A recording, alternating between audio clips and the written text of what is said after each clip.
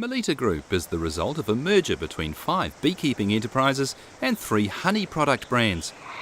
The group now has a land-to-brand story, with a fully integrated supply chain from production to retail.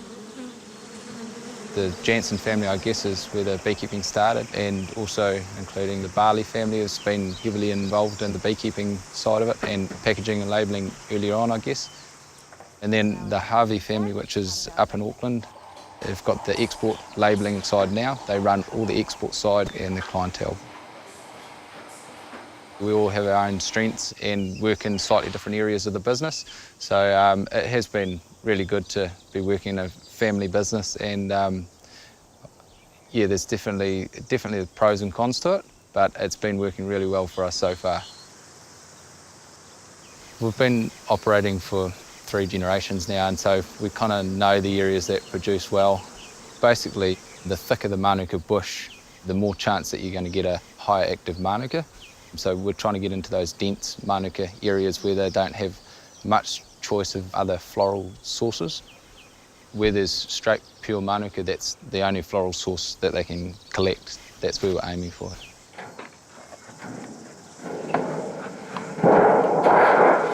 Across New Zealand, we're running 7,500 hives at the moment.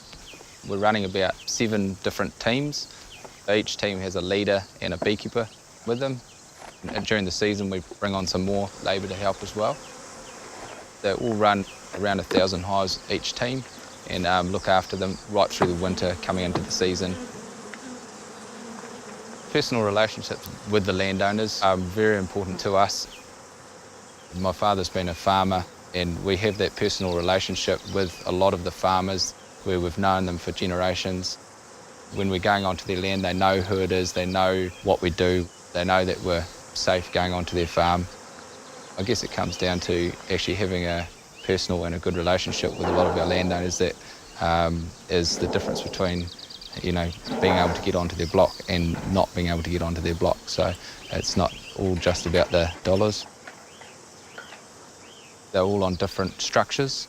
Depending on how good the manuka is that comes off their block is what we pay them. So some of them on percentage basis, some of them don't want that, some of them want fixed rates because then they know what's coming in, and other ones we don't, you know, other sites we give the landowner honey. So it all varies on what nectar and what type of honey we're getting off their block. So that's how we generally, I guess, give back to the landowner. Flexibility is key, I think, and again, probably the biggest thing is the personal relationship with the landowner. So making sure that we're keeping good communication with them and whatnot. The stocking rates are of concern to us. There's a lot of areas that have been overstocked, overpopulated throughout New Zealand. We try to focus on areas that are not overpopulated, that are not surrounded by thousands of hives, where you have the risk of disease, lower yields and stuff like that. Yield density depends on the bush density as well, how much flower is going to be in that area at that time, and also stocking rates. It comes back to that as well, how many hives you're putting in. Security is a major concern to the industry. We've had hives stolen in the past, and I think a lot of beekeepers have. Now we're starting to put more and more cameras around and starting to GPS track hives as well. So it's, I guess, trying to get the rogue ones out of the industry. There has been an increase in disease industry-wide, and so that is of concern with the growth in the industry. You know, making sure that our beekeepers are trained to actually identify it and either destroy it or treat it. The major problem for bee health is the American foul brood, and that's the one that is of concern for the industry. The high density of bees going into manuka with neighbouring blocks with hives on and stuff, it can transfer the disease quite quickly. So that is of concern, and yeah, I think that just the key is that the beekeepers are trained well to identify it. This year we're looking at producing about 280 tonnes, so about 2/3 of that will be excess honey that will be sold to other local packers. When the honey comes in, it's assigned a batch number and a harvest declaration is filled out for it.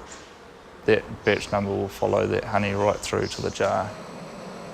Once it's extracted, it's put through a 400 micron filter and batched into generally 3-tonne batches, and it's drummed off into 300 kilo drums.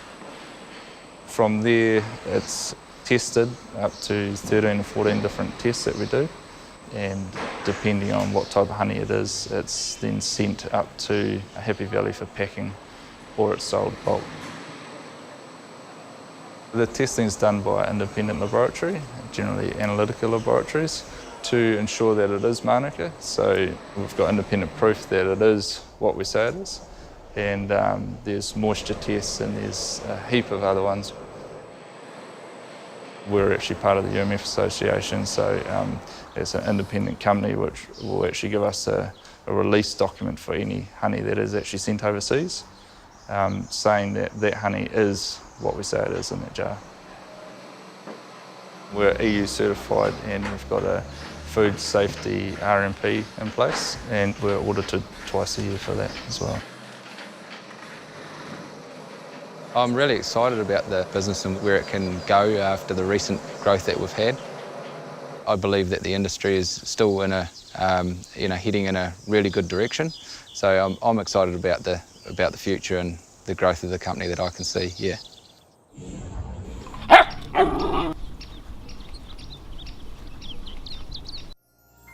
This program was made with funding from New Zealand On Air.